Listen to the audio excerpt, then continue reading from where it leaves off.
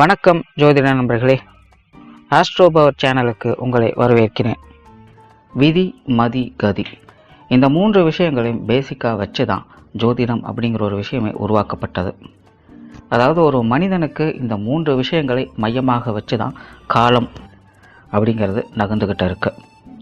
அப்படி அந்த விதத்தில் ஒவ்வொரு ராசிகளுக்குமே தனிப்பட்ட குணாதிசயங்கள் மற்றும் வாழ்க்கை முறை அப்படிங்கிறது சொல்லப்பட்டிருக்கு. அதாவது அந்த குறிப்பிட்ட ராசிக்கு இந்தந்த விஷயங்கள், இந்த மாதிரியான மனிதர்கள் இப்படித்தான் இருப்பாங்க, இதை நோக்கி தான் அவங்களுடைய வாழ்க்கை பயணம் அப்படிங்கிறதே செல்லும் அப்படிங்கிற மாதிரியான விஷயங்களை தொகுத்து வச்சுருக்காங்க. அப்படி ஒவ்வொரு ராசிக்கும் ஒரு பேசிக் லைஃப் ஸ்ட்ரக்சர் அப்படிங்கிறது உருவாக்கப்பட்டிருக்கு. அந்த ராசி நமக்கு இருக்கும் பட்சத்தில் நமக்கும் அதே போன்ற விஷயங்களை அனுஷ்டிக்க வேண்டிய சூழ்நிலை உருவாகி வருது. அண்டத்தில் இருப்பது தான் பிண்டத்திலும் இருக்குது அப்படிங்கிற வார்த்தைகளுக்கு தகுந்த மாதிரி அந்த குறிப்பிட்ட ராசிக்கு ஏற்படக்கூடிய தாக்கங்கள் இங்கே மனிதர்களுக்கும் பிரதிபலிக்குது. அப்படி இந்த ராசிக்கு என்ன மாதிரியான பலன்கள், என்ன மாதிரியான வாழ்க்கை முறை தொகுக்கப்பட்டு இருக்குது அப்படிங்கிறத பற்றி தான் இந்த பதிவில் நாம் பார்க்க போகிறோம். பார்க்கறதுக்கு முன்னாடி இதில் சொல்லியிருக்கிற விஷயங்கள் உங்களுக்கு அப்படியே முழுமையாக நடக்கணும் அப்படிங்கிற அவசியம் கிடையாது. காரணம், அது உங்களுடைய சுய ஜாதக அடிப்படையில் இருக்கக்கூடிய விஷயங்கள்.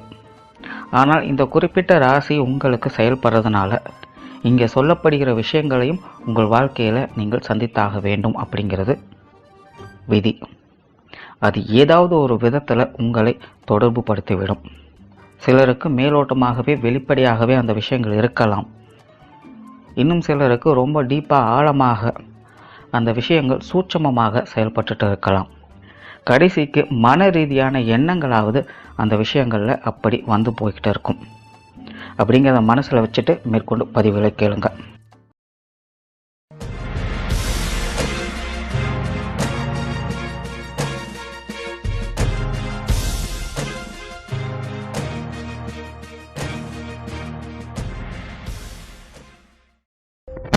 ரிஷபம். காலச்சக்கரத்தின்படி ரிஷபம் 2ஆம் இடமாக வரக்கூடியது. ஸோ பேசிக்காகவே கொஞ்சம் கலகலப்பான நபர்களாக இருப்பாங்க. பொழுதுபோக்கு அம்சங்களை நிறையவே விரும்புவாங்க. கொஞ்சம் ஆடம்பரமாகவும் சொகுசாகவும் வாழ நினைப்பவர்கள் அப்படின்னு சொல்லலாம். நகைச்சுவை இவங்களுக்கு ரொம்பவும் பிடித்த விஷயமாக இருக்கும். கலைத்துறையில் ஆர்வம் மிகுந்தவர்கள். இயல்பாகவே ரிஷபராசிக்காரர்களுக்கு கலைத்துறையில் ஏதோ ஒரு விஷயத்தில் டேலண்ட் அப்படிங்கிறது நிச்சயமாக இருக்கும். இது ரிஷப லக்னக்காரர்களுக்கு இன்னும் கூடுதல் சிறப்பாகவே வேலை செய்யும். பை பர்த்லேயே அவங்களுக்கு ஏதோ ஒரு ஆர்ட் சம்பந்தப்பட்ட விஷயங்களை இன்வால்வ் ஆகி வந்திருப்பாங்க. தங்களுடைய சொந்த குடும்பத்தின் மேலே பற்றுதல் அப்படிங்கிறது இவங்களுக்கு ரொம்பவுமே ஜாஸ்தி. இவங்களை பொறுமைசாலிகள் அப்படின்னு சொல்கிறத விட எதையுமே தாங்கி கொள்ளக்கூடியவர்கள் அப்படின்னு சொல்லலாம். ஏன்னா நிறைய பேர் ரிஷபத்தை பொறுமைசாலிகள் அப்படின்னு தான் சொல்லி வருவாங்க. ஆனால் உண்மையிலே ரிஷபத்திற்கு கோபம் அளவுக்கு அதிகமாகவே வரும். அதை முன்கோபம் அப்படின்னு சொல்லலாம். அதாவது சின்ன சின்ன விஷயங்களுக்கோ இல்லைன்னா ஒரு விஷயம் ஆரம்பிக்கிறதுக்கு முன்னாடியே அந்த ஒரு விஷயத்திற்காக இல்லைன்னா செயலுக்காக கோவப்படக்கூடியவர்கள் இந்த ரிஷபம். ஆனால் எல்லா விஷயங்களையுமே தாங்கி கொள்ளக்கூடியவர்கள், கிரகித்து கொள்ளக்கூடியவர்கள் அப்படின்னு சொல்லலாம். பொறுமைசாலிகள் அப்படிங்கிறது இந்த விதத்தில் தான் ரிஷபத்துக்கு சூட் ஆகும். அவங்களுடைய தேவைக்காக எவ்வளவு நாட்கள் வேணாலும் காத்திருக்கக்கூடியவர்கள் இந்த ரிஷபம். விஷயம் முடிகிற வரைக்கும் பொறுமையாக இருந்து காரியத்தை முடிப்பவர்கள் இந்த ரிஷபம். ஆக இதன் காரணமாக இவர்களை கொஞ்சம் பொறுமைசாலிகள், எல்லாத்தையும் தாக்கு பிடிப்பவர்கள் அப்படின்னு சொல்லலாம். பொதுவாகவே ரிஷபத்திற்கு காளை சின்னம் கொடுத்ததற்கு காரணமும் இதுதான். ஏனென்றால் ரிஷபம் அன்புக்கு அடிபணிபவர்கள், அடக்க நினைத்தால் பாயக்கூடியவர்களாக இருப்பாங்க.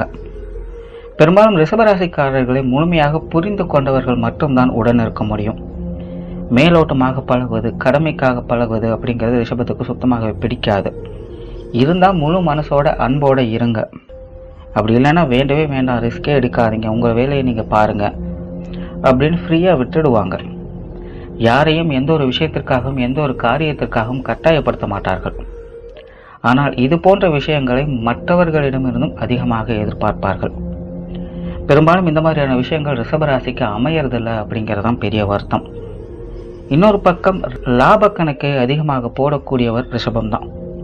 அதாவது காசு பணம் சம்பந்தப்பட்ட விஷயங்கள் மட்டுமல்ல, பொதுவாகவே எந்த ஒரு விஷயமாக இருந்தாலும் சரி, எந்த ஒரு காரியமாக இருந்தாலும் சரி, அதில் ஏற்படக்கூடிய லாப நஷ்டங்களை கணக்கு போடக்கூடிய விதங்களில் இவங்க கில்லாடிகள். அதே போல் ஒரு விஷயத்தை ஆரம்பிக்கிறதுக்கு முன்னாடியே அதில் அவங்களுக்கு என்ன லாபம் இருக்குது அப்படிங்கிறத தெரிஞ்சு அதற்கு தகுந்த மாதிரி செயல்படக்கூடியவர்களும் இவங்க தான்.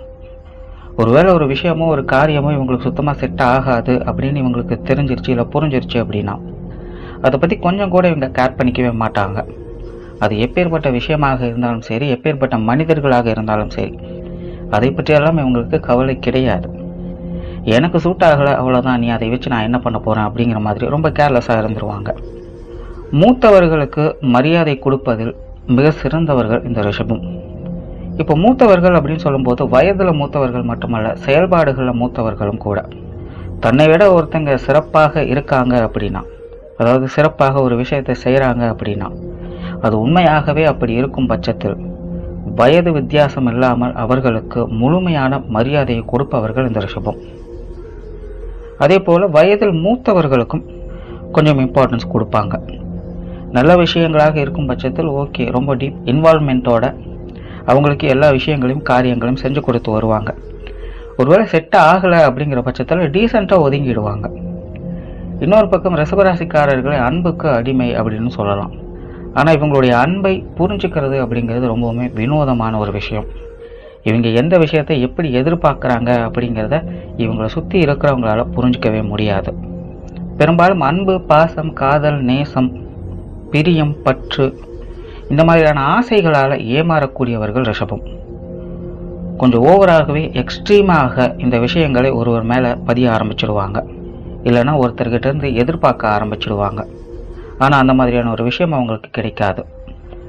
அதனால் பெரும்பாலும் வாழ்க்கை முழுக்கவே ஒரு குறிப்பிட்ட விஷயத்திற்காக இல்லைன்னா ஒரு குறிப்பிட்ட நபருக்காக இயங்கக்கூடியவர்களாகவே இந்த ரிஷபம் இருக்கும். பெரும்பாலும் இந்த அன்பு, பாசம், காதல், நேசம் இந்த மாதிரியான விஷயங்களில் சாட்டிஸ்ஃபைடாக ஆகாது. அது அவங்களுக்கு கிடைச்சாலும் கூட அதில் அவங்களுக்கு திருப்தி அப்படிங்கிறதே கிடைக்காது. இன்னும் வேணும், மீண்டும் வேண்டும் அப்படின்னு எதிர்பார்த்துட்டே இருப்பாங்க. இவங்களுடைய பேச்சில் சுவாரஸ்யம் இருக்கும், நகைச்சுவையும் கலகலப்பும் மிகுந்த இருக்கும். கொஞ்சம் நக்கலாகவும் நையாண்டியாகவும் பேசுறதுல கில்லாடிகள் அப்படின்னு சொல்லலாம்.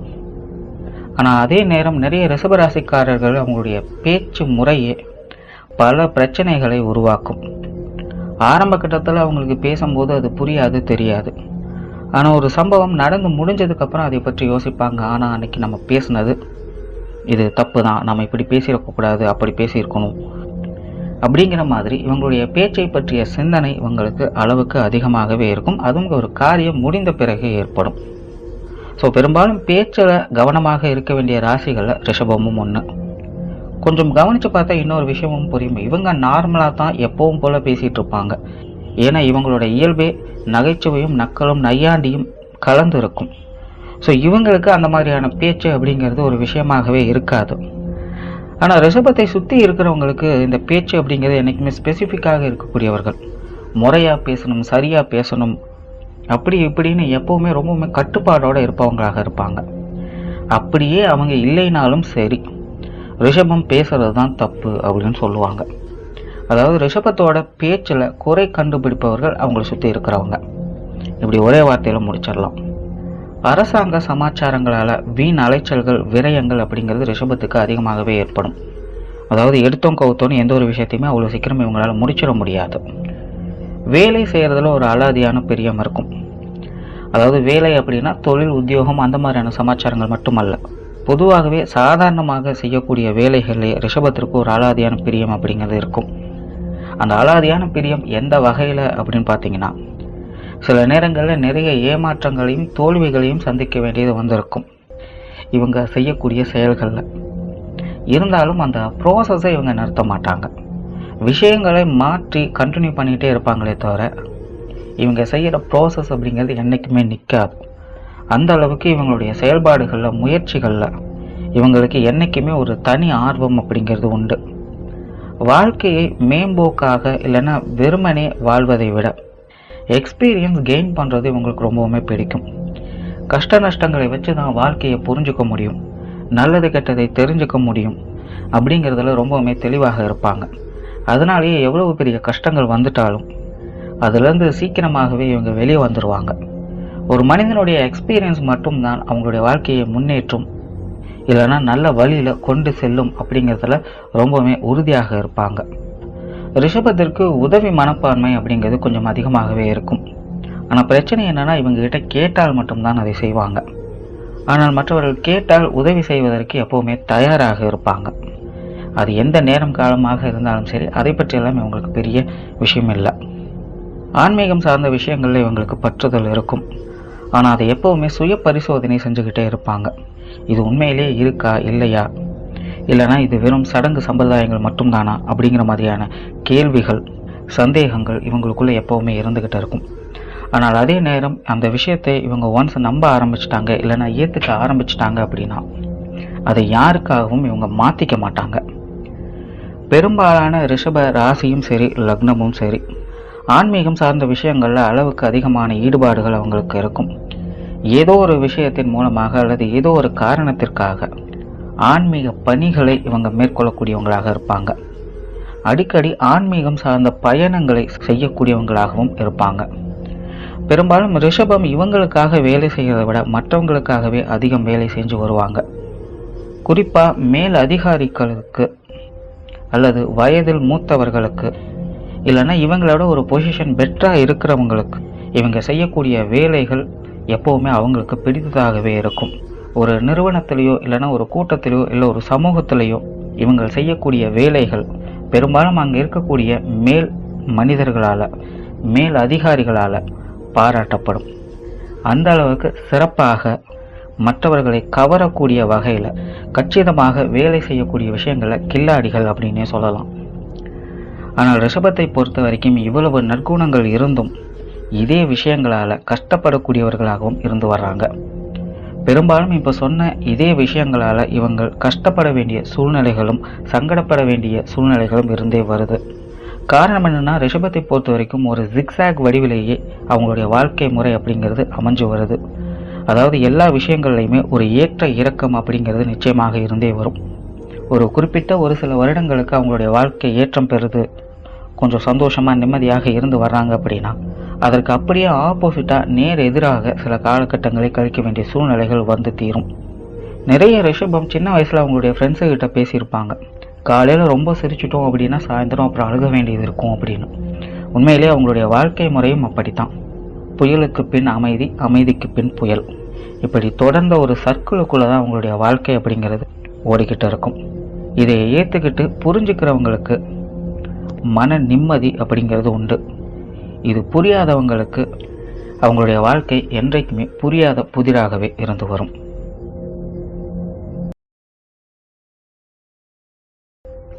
பெற்றோர்கள். விதியின் அமைப்புப்படி ரிஷபத்திற்கு பெற்றோர்களுடைய அமைப்பு ஒரு சகாயமான ஸ்தானத்திலேயே இருந்து வரும். ஆனால் அந்த சகாயங்களை அவங்களால ஏற்றுக்கொள்ள முடியாது அப்படிங்கிறதான் உண்மை. குணத்தின் அடிப்படையில் ரிஷபத்தின் அப்பா கொஞ்சம் கோபக்காரராகவும் அவசரக்காரராகவுமே இருந்து வருவாங்க. அவங்களுடைய வேலையிலையும் பணம் சம்பந்தப்பட்ட விஷயங்களையும் நாட்டம் மிகுந்தவராக இருந்து வருவாங்க. எப்போவுமே அவங்களுக்கு அவங்களுடைய சுய தொழில், அதாவது அவங்களுடைய சொந்த வேலை செயல்பாடுகள் தான் முக்கியம். அதற்கு பிறகுதான் மற்ற எல்லா விஷயங்களையும் கவனம் செலுத்துவாங்க. இந்த விஷயங்களை மற்றவங்களுடைய விஷயங்களை செயல்படுத்துகிறாரோ இல்லையோ, உங்களுடைய விஷயங்களை கண்டிப்பாக செயல்படுத்துவாங்க. மன ரீதியாக உங்களுக்கும் உங்கள் அப்பாவிற்கும் பெரிய அளவில் செட் ஆகிறது கிடையாது. ஏன்னா அடிக்கடி வாக்குவாதங்கள், சண்டை சச்சரவுகள் அப்படிங்கிறது அதிகமாகவே ஏற்படும். குறிப்பாக கொடுக்கல் வாங்கல், பணம் சம்பந்தப்பட்ட விஷயங்கள், நண்பர்கள், உறவினர்கள் சார்ந்த விஷயங்களில் உங்களுக்கும் உங்களுடைய அப்பாவிற்கும் சுத்தமாகவே ஒத்துப்போகாது. உங்களுடைய கருத்துக்களுக்கு அப்படியே எதிர்கருத்து கொண்டவங்களாகவே இருந்து வருவாங்க. இன்னும் சில ரிஷபத்திற்கு அப்பாவை பிரிந்திருக்க வேண்டிய சூழ்நிலைகள் அதிகமாக ஏற்படும். அதாவது ஏதோ ஒரு சில காரணங்களுக்காக அல்லது ஏதோ ஒரு விஷயங்களுக்காக அடிக்கடி உங்கள் அப்பாவை பிரிந்திருக்கும்படியோ சூழ்நிலைகள் அமைந்து வரும். அப்படி இல்லைன்னா அப்பாவின் மூலமாக அதிகப்படியான விரயங்கள், வீண் செலவுகள், மருத்துவ விரயங்கள் போன்ற விஷயங்களை அதிகமாக எதிர்கொள்ள வேண்டியது இருக்கும். குணத்தின் அடிப்படையில் அம்மாவை பொறுத்த வரைக்கும் உங்களுக்கும் அவங்களுக்கும் நிறைய விஷயங்கள் ஒத்துப்போகும். அதாவது வாழ்க்கை முறையும் சரி, குணாதிசயங்களும் சரி, செயல்பாடுகளும் சரி, நிறைய நேரங்களில் பார்ப்பதற்கு உங்களுக்கும் அவங்களுக்கும் ஒரே மாதிரியாகத்தான் இருந்து வரும். பெரும்பாலும் உங்களுடைய அப்பாவை காட்டிலும் அம்மாவுடைய அடாப்டேஷன் உங்களுக்கு அளவுக்கு அதிகமாகவே இருந்து வரும். அதே போல் நிறைய ரிஷபராசிக்காரர்களுக்கு அவங்க வாழ்க்கையில் ஏற்படக்கூடிய சில கஷ்டமான சூழ்நிலை சந்தர்ப்பங்களில் அவங்களுடைய அம்மாவிற்கும் ஏதோ ஒரு வகையில் பங்கு இருந்தே தீரும். பெரும்பாலும் ரிஷபம் அப்படிங்கிறது அம்மா சென்டிமெண்ட் மிகுந்தவர்களாகவே இருந்து வருவாங்க. அதை உணர்வுபூர்வமாக வெளியில் அவங்க காமிக்கிறாங்களா இல்லையா அப்படிங்கிறது அவங்களுடைய ஜாதகம் தான் சொல்லும். ஆனால் டிஃபால்ட்டாகவே ரிஷபத்திற்கு அம்மா சென்டிமெண்ட் அப்படிங்கிறது ரொம்பவுமே அதிகம். நிறைய ரிஷபம் அம்மாவின் பாசத்திற்காக இயங்கக்கூடியவர்களாகவே இருப்பாங்க. இதில் வேடிக்கையான விஷயம் என்ன அப்படின்னா, அம்மாவுடைய சப்போர்ட் அவங்களுக்கு எப்போவுமே இருக்கும். ஆனாலும் ரிஷபம் அது 10ல் போதில் அப்படின்னு சொல்லக்கூடியவங்களாகவே இருந்து வருவாங்க. ஒருவேளை உங்களுடைய குடும்பத்தில் ஒன்றுக்கும் மேற்பட்ட குழந்தைகள் இருக்காங்க அப்படின்னா, உங்களை விட மற்ற குழந்தைகளைத்தான் உங்கள் அம்மா கவனிக்கிறாங்க அப்படிங்கிற மாதிரியான எண்ணம் உங்களுக்கு அளவுக்கு அதிகமாகவே ஏற்படும். உங்களுடைய அம்மா கொஞ்சம் கோபக்காரங்களாகவும் பிடிவாதக்காரங்களாகவும் இருப்பாங்க. குறிப்பாக அவங்களுடைய வேலையிலையோ இல்லைன்னா அவங்களுடைய கௌரவம் சார்ந்த விஷயங்கள்லையோ ரொம்பவுமே ஸ்பெசிஃபிக்காக இருந்து வருவாங்க. அவ்வளவு சீக்கிரம் அந்த 2 விஷயங்களையும் யாருக்காகவும் விட்டு கொடுக்க மாட்டாங்க. கடமையை செய்யக்கூடிய விஷயங்களில் உங்களுக்கு மிஞ்சியவர் உங்களுடைய அம்மா அப்படின்னே சொல்லலாம். ஏன்னா நீங்கள் கூட சில நேரங்களில் சில விஷயங்களில் அப்புறம் பார்த்துக்கலாம் அப்படின்னு கொஞ்சம் விட்டுடுவீங்க. ஆனால் உங்களுடைய அம்மா அந்த மாதிரியான விஷயங்களுக்கு அவ்வளோ சீக்கிரம் இடம் கொடுக்க மாட்டாங்க. ஒரே மூச்சில் முடித்தே தீரணும் அப்படிங்கிறதுல ரொம்பவுமே தீவிரமாக இருந்து வருவாங்க. ஒருவேளை இந்த மாதிரியான குணாதிசயங்கள் அவங்களுக்கு இல்லை அப்படின்னா, அவங்களுக்கு உடல் ரீதியான அல்லது மன ரீதியான பிரச்சனைகள் கொஞ்சம் அளவுக்கு அதிகமாகவே இருந்து வரும். அதன் காரணமாக இது போன்ற விஷயங்களை செய்ய முடியாதவங்களாக இருந்து வருவாங்க. மொத்தத்தில் ரிஷபத்திற்கு பெற்றோர்களை பொறுத்த வரைக்கும் அவங்களுடைய அடாப்டேஷன்லேயே பெரும்பாலும் இருக்க வேண்டிய சூழ்நிலைகள் உருவாகும்.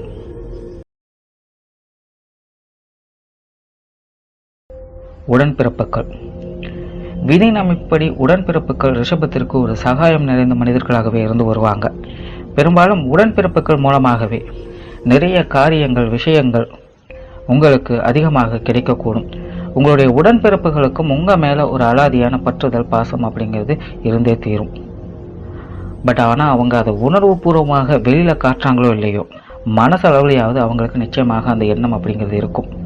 அந்த வகையில் ரிஷபத்திற்கு உடன்பிறப்புகள் ஒரு சகாயம் இருந்தவர்களாகவே இருந்து வருவாங்க. நீங்கள் செய்யக்கூடிய செயல்கள், காரியங்கள், முயற்சிகள், வேலைகள் இது எல்லாத்துலேயுமே அவங்களுடைய பங்களிப்பும் நிச்சயமாக இருந்து வரும். சின்ன வயசுலேருந்தே உடன்பிறப்புகள் கொஞ்சம் ஒற்றுமையோடையே இருந்து வருவாங்க.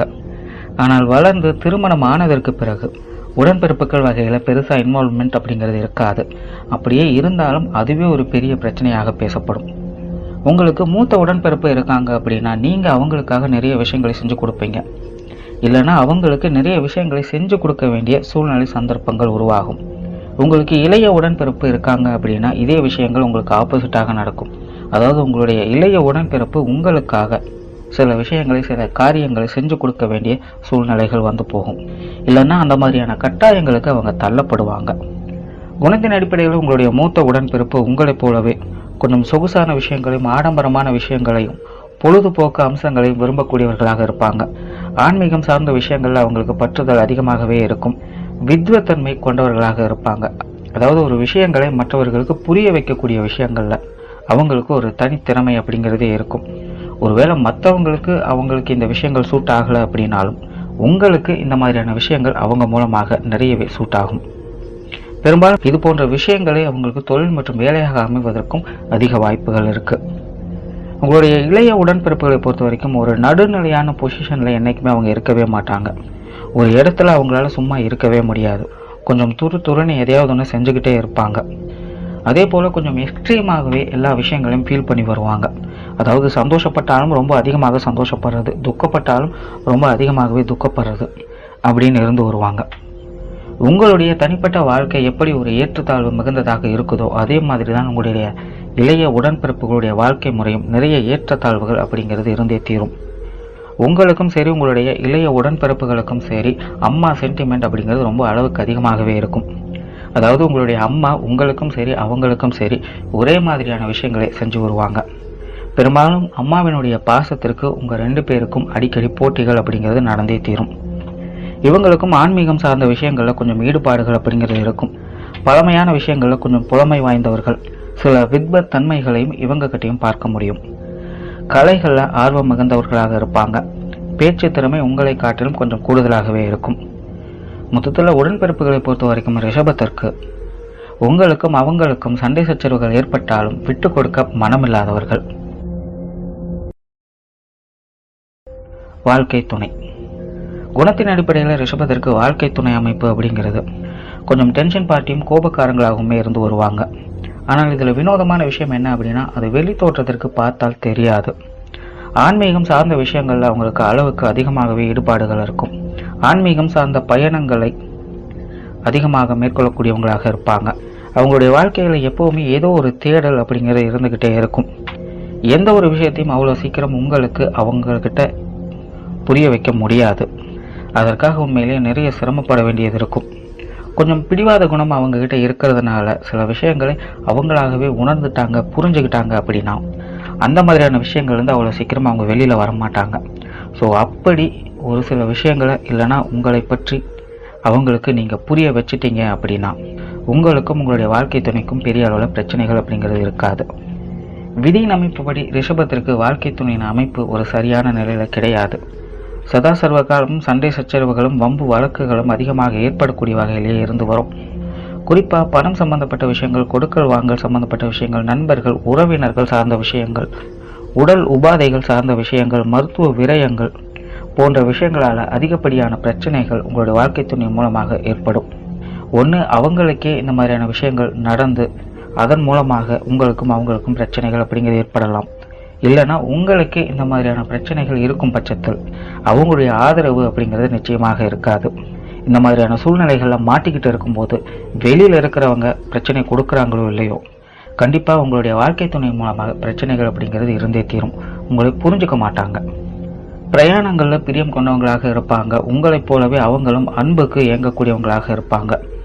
ஆனால் பிரச்சனை என்ன அப்படின்னா, உங்களை சார்ந்த எந்த ஒரு விஷயத்தையுமே அவ்வளவு எளிதாக புரிந்து கொள்ளக்கூடிய தன்மை அவங்களுக்கு கிடையாது. ஸோ ஒரு தடவைக்கு பல தடவை சொல்லி புரிய வைக்க வேண்டிய சூழ்நிலைக்கு நீங்கள் தள்ளப்படுவீங்க. சுய ஜாதகத்தில் கணவன் மனைவி ஸ்தானம் ஒரு சரியான நிலையில் இருக்கும் பட்சத்தில் இது போன்ற பிரச்சனைகளிலிருந்து ஓரளவிற்கு தப்பிக்கலாம். ஆனால் சரி இல்லாதவர்களுக்கு இது போன்ற பிரச்சனைகள் அளவுக்கு அதிகமாகவே ஏற்படும். முடிஞ்ச அளவுக்கு வாழ்க்கை துணையின் வழியாக சண்டை சச்சரவுகளை தவிர்ப்பது ரொம்பவுமே நல்லது. ஏன்னா இந்த ஒரு விஷயம் மட்டும் ஆரம்பிச்சிருச்சு அப்படின்னா அதற்கு முடிவே இல்லாமல் போய்கிட்டே இருக்கும். ஒன்று நீங்கள் விட்டு கொடுத்து மௌனமாக இருக்க வேண்டும், இல்லைனா அவங்க விட்டு கொடுத்து மௌனமாக இருக்க வேண்டும். குறிப்பாக உறவினர்கள் மூலமாகவோ, நண்பர்கள் மூலமாகவோ, இல்லைனா அவங்க சம்பந்தப்பட்ட விஷயங்கள் மூலமாகவோ உங்களுக்கும் உங்களுடைய வாழ்க்கை துணைக்கும் செட்டே ஆகாது. ஆனால் இவ்வளவு பிரச்சனைகள் இருந்தாலுமே உங்களுடைய வாழ்க்கை துணை உங்களை பற்றியே அதிகமாக சிந்திச்சு வருவாங்க. அவங்களுடைய மனசில் உங்களுக்குன்னு ஒரு தனி இடம் எப்போவுமே இருந்துக்கிட்டு இருக்கும். ஆனால் அதை சரியான முறையில் உங்ககிட்ட அதை வெளிக்காட்ட தெரியாது. இல்லை அப்படின்னா அவங்க வெளிக்காட்டுற விஷயம் உங்களுக்கு சரியான முறையில் புரியறதில்லை அப்படிங்கிறத ஒரு விஷயமே. சில பேர்கிட்ட நீங்கள் பார்த்துருப்பீங்க, கணவன் மனைவி பிரிந்ததுக்கு பிறகு ஒருத்தருக்கு ஒருத்தர் அதிகமாக நினைத்து பிரியத்தை அதிகப்படுத்திகிட்டே இருப்பாங்க. அதற்கு அப்புறம்தான் அவங்க மேலே அவங்களுக்கு ஒரு புரிதலே ஏற்படும். இந்த மாதிரியான விஷயங்கள் ரிஷபத்திற்கு அதிகமாகவே ஏற்படும். அதாவது உங்களுக்காகட்டும் உங்களுடைய வாழ்க்கை துணைக்காகட்டும் கிட்ட இருக்கும்போது அதனுடைய அருமை தெரியாது. ஆனால் விலகிடுச்சு அப்படின்னா அதை நினைத்தே வருந்த வேண்டிய சூழ்நிலை அப்படிங்கிறது ஏற்படும். ஸோ முடிஞ்ச அளவுக்கு வாழ்க்கை துணையின் வழியை காம்ப்ரமைஸ்க்கு என்ன வழியோ அதை பார்ப்பதே நல்லது. இன்னும் தெளிவாக சொல்லணும் அப்படின்னா, ரிஷபத்திற்கு சண்டை சச்சரவுகள் இருக்கும் வரைதான் அவங்களுடைய திருமண வாழ்க்கை அப்படிங்கிறது கொஞ்சம் சுவாரஸ்யமாக போய்கிட்டு இருக்கும். ஒருவேளை சண்டை சச்சரவுகளே ஏற்படலை அப்படின்னா ஒன்று அவங்களுடைய வாழ்க்கையில் சுவாரஸ்யம் அப்படிங்கிறதே இருக்காது. அப்படி இல்லைன்னா இல்லறத்தில் சந்தோஷமாக இருப்பாங்க. ஆனால் மற்ற எல்லா விஷயங்கள்லையுமே வாழ்க்கை அவங்களுக்கு கஷ்டத்தையே கொடுத்து வரும். அதாவது ஒன்று உங்களுடைய பொது வாழ்க்கை அப்படிங்கிறது நல்ல விதமாக இருக்கணும், இல்லைன்னா உங்களுடைய இல்லற வாழ்க்கை அப்படிங்கிறது நல்ல விதமாக இருக்கணும். இது ரெண்டில் எதை நீங்கள் சூஸ் பண்ணுறீங்க அப்படிங்கிற ஆப்ஷன் உங்கள் கையில் இருக்குது.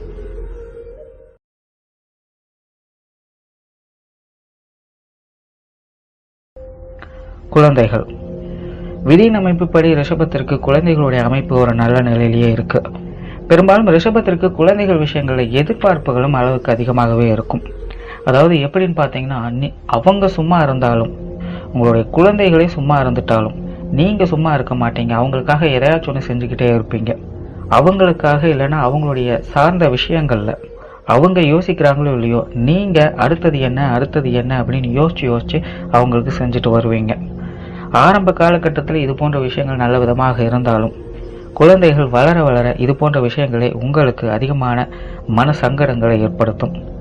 ஸோ இந்த மாதிரியான விஷயங்களில் கொஞ்சம் கவனமாக சிந்தித்து செயல்படுவதே நல்லது. குணத்தின் அடிப்படையில் ரிஷபத்திற்கு குழந்தைகள் ரொம்பவுமே புத்திசாலித்தனம் நிறைந்தவர்களாக இருப்பாங்க. உங்களை காட்டிலும் அவங்க மிகுந்த புத்தி கூர்மை மிகுந்தவர்களாக இருப்பாங்க. பேச்சாற்றல் உங்களை காட்டிலும் அவங்களுக்கு அதிகமாகவே இருக்கும். சூழ்நிலை சந்தர்ப்பங்களை புரிந்து செயல்படக்கூடியவர்களாக இருப்பாங்க. காசு பணம் கொடுக்கல் வாங்கல் விஷயங்கள்ல தீவிர பற்றுடையவர்களாக இருப்பாங்க. பொருளாதாரம் அப்படிங்கிறதே அவங்களுக்கு ஒரு பிடித்த விஷயமாக இருக்கும். நண்பர்கள் மீது பற்று இருப்பவங்களாக இருப்பாங்க. சோஷியல் ஆக்டிவிட்டிஸ் அவங்களுக்கு அளவுக்கு அதிகமாகவே இருக்கும். சோஷியல் மீடியாவில் ஒரு பிளாட்ஃபார்மும் அவங்களுக்குன்னு ஒரு தனி இடம் இருக்கும். கணக்கு போட்டு வேலை செய்யக்கூடிய விஷயங்கள்ல வல்லவர்கள். சுதாரிப்பு தன்மை அவங்ககிட்ட அதிகமாகவே இருக்கும். பெரும்பாலும் உங்களுக்கு கிடைக்கக்கூடிய லாபத்தையும் அனுகூலத்தையும் அவங்க எடுத்துக்கிற நபர்களாக இருப்பாங்க. அதாவது நீங்கள் கஷ்டப்பட்டு சேர்த்து வைத்த விஷயங்களை, சம்பாதித்து வைத்த விஷயங்களை ஒரு சில ரிஷபத்திற்கு முழுமையாக அப்படியே எடுத்துக்கக்கூடிய சூழ்நிலை சந்தர்ப்பங்கள் உருவாகும். உங்களுடைய தொழில் மற்றும் வேலை விஷயங்கள் அவங்களுடைய தலையீடுகள் ஏதோ ஒரு வகையில் இருந்தே தீரும். இல்லைன்னா அவங்களுடைய தொழில் மற்றும் வேலை விஷயங்களுக்காக நீங்கள் சில சிரமங்களை மேற்கொள்ள வேண்டியது இருக்கும். பெரும்பாலும் ரிஷபத்துடைய குழந்தைகளுக்கு புத்திசாலித்தனம் அப்படிங்கிறது அவங்களுடைய ஆயுதமாக இருக்கும். எவ்வளவு பெரிய பிரச்சனைகள் வந்துட்டாலும் சரி, அதற்கும் அவங்கக்கிட்ட ஒரு சொல்யூஷன் இருக்கும். அவங்க செய்கிற சில விஷயங்கள் கொஞ்சம் புரிஞ்சுக்க முடியாதபடி இருந்தாலும் அவங்களுடைய செயல்பாடுகள், புத்திசாலித்தனம் அப்படிங்கிறது உங்களுக்கு நன்மையை கொடுக்கும். கல்வி மற்றும் வித்தைகள் சார்ந்த விஷயங்கள், சொத்து சுகங்கள் சார்ந்த விஷயங்கள்ல உங்களுடைய குழந்தைகளுக்கு என்னைக்குமே நன்மைகள் மற்றும் அனுகூலம் என்பது உண்டு. மற்றவங்க நல்ல விதமாக டீசெண்டாக பேசுகிற விதத்திலேயே இது போன்ற விஷயங்கள் அமையும். ஆனால் அதே நேரம் இது போன்ற விஷயங்களில் அவங்களுக்கு நிலைப்புத்தன்மை அப்படிங்கிறது இருக்காது. ஒரு ஃப்ளக்சுவேட்லேயே தான் போயிட்டுருப்பாங்க. அதாவது உதாரணத்துக்கு இப்போ படிப்பையே எடுத்துட்டிங்கன்னா, திடீர்னு நல்லா படிச்சுட்டு இருப்பாங்க. அப்புறம் பார்த்திங்கன்னா அப்படியே படிப்படி அப்படியே ஸ்லோ டவுன் ஆகிடுவாங்க. அப்புறம் மறுபடியும் திரும்ப நல்லா படிப்பாங்க. ஸோ இது எப்போ எப்படி நடக்கும் அப்படிங்கிறது சரியாக புரிஞ்சுக்க முடியாது. இந்த சொத்து சுகங்கள் சார்ந்த விஷயங்களையும் அதே மாதிரி தான். சிலருக்கு திடீர்னு பார்த்திங்கன்னா வீடு, நிலம், பூமி, வாகனம் போன்ற விஷயங்கள் எல்லாமே தானாகவே ஏற்படும். அப்படியே அடுக்கடுக்காக ஒவ்வொன்றா அமைச்சுக்கிட்டு வருவாங்க. ஆனால் ஏதோ ஒரு காரணத்திற்காக அதை விட்டுட்டு வெளியேற வேண்டிய சூழ்நிலை ஏற்படும். அப்புறம் திரும்பவும் அதே மாதிரி வேற ஒன்று தேடி போவாங்க. அப்படி இல்லைன்னா இந்த மாதிரியான விஷயங்களில் அவங்கக்கிட்ட இருக்கும், ஆனால் அதை பெரிய அளவில் பேர் எடுக்க முடியாது. அவங்களை சுற்றி உள்ளவங்களை காட்டிலும் இவங்க சிறப்பான முறையிலே அதை வச்சுருப்பாங்க. ஆனால் அதை சுற்றி இருக்கிறவங்க குறை சொல்லிக்கிட்டு இருப்பாங்க, பெருசாக கண்டுக்க மாட்டாங்க. ஒன்றும் உங்களுடைய குழந்தைகளுக்கு இந்த மாதிரியான விஷயங்களில் ஃப்ளக்சுவேஷன் அப்படிங்கிறது இருக்கும். அப்படி இல்லைன்னா மற்றவங்க யாரும் இந்த மாதிரியான விஷயங்களை பெருசாக கண்டுக்க மாட்டாங்க. அப்படி இருக்கிறதான் அவங்களுக்கு பெட்டரும் கூட.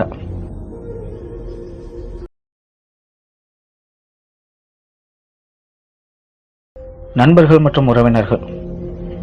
விதியின் அமைப்புப்படி நண்பர்கள் மற்றும் உறவினர்களுடைய அமைப்பு ரிஷபத்திற்கு ஒரு நடுநிலையான அமைப்பிலேயே இருக்கு. உறவினர்களை பொறுத்த வரைக்கும் வேலை மற்றும் தொழில் விஷயங்களில் ரொம்பவுமே கவனமாக இருப்பாங்க. சதாசர்வ காலமும் அதை பற்றிய விஷயங்களை பேசக்கூடியவங்களாக இருப்பாங்க. பெரும்பாலும் உறவினர்கள் வகையில் கௌரவத்தை காப்பாற்றிக்கிறது அப்படிங்கிறது ஒரு பெரிய சவாலாகவே இருந்து வரும். எவ்வளவு பெரிய நல்ல விஷயங்கள் உங்களுக்கு நடந்துட்டாலும் சரி, அதை எப்படியாவது மட்டம் தட்டி பேசியே ஆகணுங்கிறதுல ரொம்பவுமே குறிக்கோளாக இருப்பாங்க. ஒரு விதத்தில் நீங்கள் முன்னேறி போவது அவங்களுக்கு சுத்தமாகவே பிடிக்காது அப்படின்னு கூட சொல்லலாம். ரொம்பவுமே கோபக்காரங்க, ஈகோ அதிகமாகவே இருக்கும். எந்த ஒரு விஷயத்திற்குமே நீங்கள் தான் அவங்கள தேடி போகணுமே தவிர அவங்க உங்களை தேடி வரமாட்டாங்க. ஊருக்கெல்லாம் ஓடி ஓடி போய் உதவி செய்வாங்களே தவிர உங்களுக்குன்னு ஒரு பைசா கூட பிரயோஜனம் இருக்காது. அப்படியே அவங்க மூலமாக ஏதாவது ஒன்று உங்களுக்கு நடந்துட்டாலும் அப்படி நடந்த விஷயம், கிடைச்ச விஷயம் உங்களுக்கு பிரயோஜனம் இல்லாமல் போயிடும். ஆனால் உறவினர்களுடைய ஸ்தானம் ரிஷபத்திற்கு ஒரு நல்ல நிலையில் இருக்கிறதுனால சிலருக்கு உறவினர்கள் மூலமாக எதிர்பாராத லாபங்கள், அனுகூலங்கள், ஆதாயங்கள் போன்ற விஷயங்களும் கிடைப்பதற்கு வழிவகைகள் இருக்கு. அப்படி இருந்தாலுமே பெரிய அளவில் பெனிஃபிட் இருக்காது, அது பேரளவில் மட்டும்தான் இருந்து வரும். ஸோ ரிஷபத்திற்கு உறவினர்களுடைய அணுகுமுறை அப்படிங்கிறது ஒரு டீசெண்டான அப்ரோச்சில் இருந்து வரும். ரொம்பவும் பர்சனலாக க்ளோஸாக எதையும் எதிர்பார்க்க முடியாது. நண்பர்களை பொறுத்த வரைக்கும் ரிஷபத்திற்கு அவங்களுடைய மனம் ஒத்த நண்பர்கள் தான் அதிகம் கிடைப்பாங்க. அதாவது உங்களுடைய ஃபீலிங்ஸை புரிஞ்சுக்கிற நண்பர்கள். அப்படி இல்லைன்னா உங்களுக்கு எப்படி ஃபீலிங்ஸ் இருக்கோ அதே மாதிரியான ஃபீலிங்ஸ் இருக்கக்கூடிய நண்பர்கள் அதிகமாக ரிஷபத்திற்கு கிடைக்கும். ஆனால் விஷயம் என்னன்னா, ரிஷபத்திற்கு நண்பர்களுடைய உறவு முறை அப்படிங்கிறது நீண்ட காலத்திற்கு தக்க வைத்துக் கொள்ள முடியாது. அப்படி நீண்ட காலத்துக்கு தக்க வச்சுக்கிறாங்க அப்படின்னா அதில் ஏதோ ஒரு வகையில் விரிசல்கள் அப்படிங்கிறது நிச்சயமாக ஏற்படும். அதாவது கொஞ்சம் காலத்திற்கு கேப் விட்டு கம்யூனிகேஷன் வச்சுட்டு இருப்பாங்க. அப்படி இல்லைன்னா கொஞ்ச நாளைக்கு சண்டை போட்டுட்டு பிரச்சனையை ஏற்படுத்திட்டு அப்புறம் திரும்பவும் வந்து ஒன்று சேரக்கூடிய நபர்களாக இருப்பாங்க. அதாவது சுருக்கமாக சொல்லணும் அப்படின்னா, நண்பர்களுடைய உறவு முறை அப்படிங்கிறது என்றைக்குமே ஒரு டீசெண்டான விதத்தில் டிஸ்டன்ஸ் இருக்கிற மாதிரியே பார்த்துக்கணும். அது எந்த விதத்தில் வேணாலும் அமையலாம் அப்படிங்கிறது தான் விஷயமே. அப்படி டிஸ்டன்ஸே இல்லை, கூடவே இருக்காங்க அப்படிங்கும் பொழுது அவங்க மூலமாக நிறைய பிரச்சனைகள் ஏற்படணும். அப்படி இல்லைன்னா தனிப்பட்ட முறையிலே அவங்களே நிறைய பிரச்சனைகளை சந்திக்கக்கூடியவர்களாகவும் இருந்து வருவாங்க. நண்பர்களுக்கு கொடுக்கல் வாங்கல் விஷயங்களில் ஈடுபாடுகள் அதிகமாகவே இருந்து வரும். அதனாலேயே உங்களுக்கு கிடைக்கக்கூடிய விஷயங்களில் சில பல விஷயங்களை அவங்களுக்கும் செலவு பண்ணக்கூடிய வகையிலையோ இல்லைன்னா விரயம் பண்ணக்கூடிய வகையிலையோ சூழ்நிலைகள் அமைந்து வரும். பெரும்பாலும் ரிஷபத்திற்கு வரக்கூடிய நண்பர்கள் பாசக்காரர்களாகவே இருப்பாங்க. ஆனால் அந்த பாசத்தை முழுமையாக அனுபவிக்க முடியாது. ரீசன் என்னன்னா, ஆரம்பத்திலே சொன்ன மாதிரி தான், ரிஷபத்திற்கு இந்த அன்பு, பாசம், காதல், நேசம் இது எல்லாத்தையுமே முழுமையாக அனுபவிக்க முடியாது அப்படிங்கிறது இருக்கு. அதே மாதிரி தான் இந்த நண்பர்களுடைய உறவு முறையும். பெரும்பாலும் நண்பர்கள் மேலே உங்களுக்கே தனிப்பட்ட முறையில் பாசம் அப்படிங்கிறது இருந்தே தீரும். அவங்கக்கிட்ட சில விஷயங்களை ரொம்பவுமே எக்ஸ்பெக்ட் பண்ணவும் செய்வீங்க. ஆனால் நீங்கள் எக்ஸ்பெக்ட் பண்ணுற அளவுக்கு அந்த விஷயங்கள் எதுவுமே அவங்க மூலமாக கிடைக்காது, நடக்காது. விதி நம்மப்படி ரிஷபத்திற்கு நண்பர்களாகட்டும் உறவினர்களாகட்டும் எல்லா விஷயங்கள்லையுமே ஒரு 50-50 சான்சஸ் தான் இருக்குது. அதாவது ஒரு சைடு முழுமையாக பாசிட்டிவ், இன்னொரு சைடு முழுமையாக நெகட்டிவ். ஸோ இந்த விஷயங்களில் நீங்கள் எதை சூஸ் பண்ணுறீங்க அப்படிங்கிறத பொறுத்து தான் மற்ற விஷயங்கள் எல்லாமே அமையும். பட் அப்படி இருந்தாலுமே ரிஷபத்தை பொறுத்த வரைக்கும் நண்பர்களும் சரி உறவினர்களும் சரி க்ளோஸாக பழகிறது அப்படிங்கிறது செட்டே ஆகாது. ஒரு டீசெண்டான டிஸ்டன்ஸ் அப்ரோச் மட்டும்தான் நல்ல உறவு முறையை தக்க வைத்துக் கொள்ள உதவும். உடல் நலம். உடல் நலத்தை பொறுத்த வரைக்கும் ரிஷபத்திற்கு இடுப்பு பகுதிகள், மர்மஸ்தானங்கள் இல்லைன்னா கால் முட்டி பகுதிகளுக்கு கீழே ஏதோ ஒரு வகையில் பிரச்சனைகள் அப்படிங்கிறது ஏற்பட்டு மறையும். சிலருக்கு இந்த இடங்களில் ஆப்ரேஷன்ஸ் இல்லைன்னா சின்ன சின்ன காயங்கள், தழும்புகள், மரும் மச்சம் போன்ற விஷயங்கள் இருப்பதற்கும் வாய்ப்புகள் இருக்குது.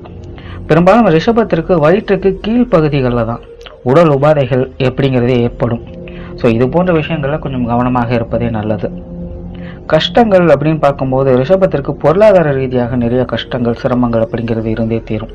கொடுக்கல் வாங்கல் விஷயங்கள், கடன் சம்பந்தப்பட்ட விஷயங்கள், நண்பர்கள் உறவினர்கள் சார்ந்த விஷயங்கள் இல்லைன்னா குடும்பத்துக்குள்ளேயே உங்களை சார்ந்த விஷயங்களுக்காக அடிக்கடி பஞ்சாயத்துக்கள் ஏற்படுறது, இல்லைன்னா உங்களை பற்றி உங்கள் குடும்பத்தில் இருக்கிறவங்களை கேலி கிண்டல் செஞ்சு பேசுகிற மாதிரியான அமைப்புகள், இந்த மாதிரியான பிரச்சனைகள், கஷ்டங்கள் ஏற்படுவதற்கு அதிக வாய்ப்புகள் இருக்குது. இந்த மாதிரியான பிரச்சனைகளுக்கு ரிஷபத்தை பொறுத்த வரைக்கும் கோபம் அப்படிங்கிறத மூல காரணமாகவே இருந்து வரும். அவசரப்பட்டு கோபப்பட்டு நீங்கள் செய்யக்கூடிய விஷயங்கள் தான் இது போன்ற பிரச்சனைகள் உருவாவதற்கும் காரணமாக இருந்து வரும். தவிர உடன்பிறப்புகள் வழியாகவும் வாழ்க்கை துணையின் வழியாகவும் சின்ன சின்ன ஏமாற்றங்கள், விரக்திகள், வெறுப்புகள் போன்ற விஷயங்கள் ஏற்பட்டு மறையும். அதே போல பொது வாழ்க்கையிலையும் பெரிய அளவில் ஈடுபட முடியாது. அப்படி ஈடுபடுறவங்களுக்கும் சதாசர்வ காலம் ஏதோ ஒரு வகையில் இடைஞ்சல்கள், குடைச்சல்கள் அப்படிங்கிறது இருந்து வரும். இன்னொரு பக்கம் மாமனார் மாமியார் வகையிலையும் தொழில் மற்றும் வேலை சம்பந்தப்பட்ட விஷயங்கள்லையும் ஏமாற்றங்கள், துரோகங்கள், விரக்திகள், வெறுப்புகள் போன்ற விஷயங்கள் கொஞ்சம் கூடுதலாகவே ஏற்பட்டு மறையும். ஸோ இந்த மாதிரியான விஷயங்கள், இந்த மாதிரியான மனிதர்கள்கிட்ட எப்போவுமே கொஞ்சம் ஜாக்கிரதையாகவே இருந்து வரணும்.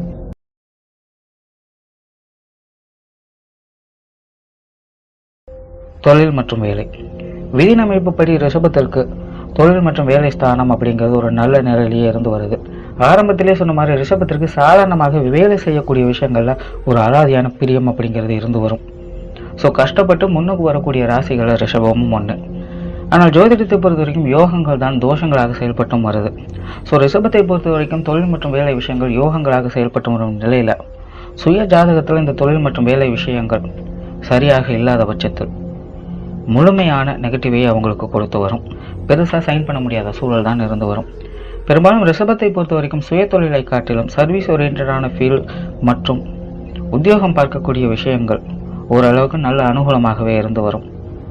பணம் சம்பந்தப்பட்ட விஷயங்கள், கொடுக்கல் வாங்கல், நிதித்துறை, பொழுதுபோக்கு அம்சங்கள், மீடியா, என்டர்டைன்மெண்ட், எழுத்துத்துறை, உணவு சம்பந்தப்பட்ட விஷயங்கள், நீதித்துறை, மீடியேட்டர், ரசாயனங்கள், மாந்திரிகம், மேஜிக், கண்கட்டு வித்தைகள், ஆன்மீகம் சார்ந்த விஷயங்கள், டிராவல்ஸ் சம்பந்தப்பட்ட விஷயங்கள், மெடிக்கல், அறுவை சிகிச்சை, இல்லைன்னா வெட்டி அப்படி இல்லைன்னா பிரித்து செய்யக்கூடிய தொழில்கள், இந்த மாதிரியான சமாச்சாரங்கள் ரிஷபத்திற்கு தொழில் மற்றும் வேலைகளில் நன்மைகள் கொடுக்கும்.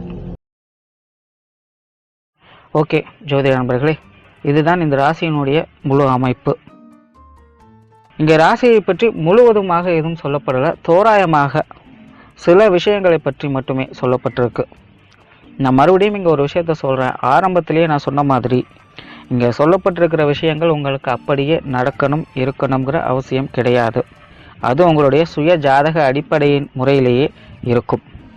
ஆனால் இங்கே சொல்லப்பட்டிருக்கிற விஷயங்கள் ஏதோ ஒரு வகையில் ஏதோ ஒரு சூழ்நிலையில் நீங்கள் ஃபேஸ் பண்ணியாக வேண்டிய சூழ்நிலைகள் உருவாகும்.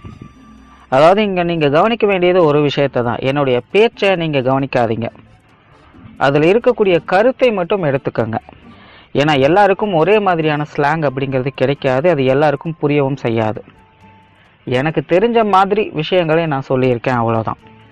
அதனால் நான் சொல்லப்பட்டிருக்கிற விஷயங்களை மட்டும் நீங்கள் கொஞ்சம் புரிஞ்சுக்கிட்டிங்கன்னா போதும். மற்ற எல்லா விஷயங்களும் உங்களுக்கு தானாகவே புரிய ஆரம்பிச்சிடும். நன்றி, வணக்கம், வாழ்க வளமுடன்.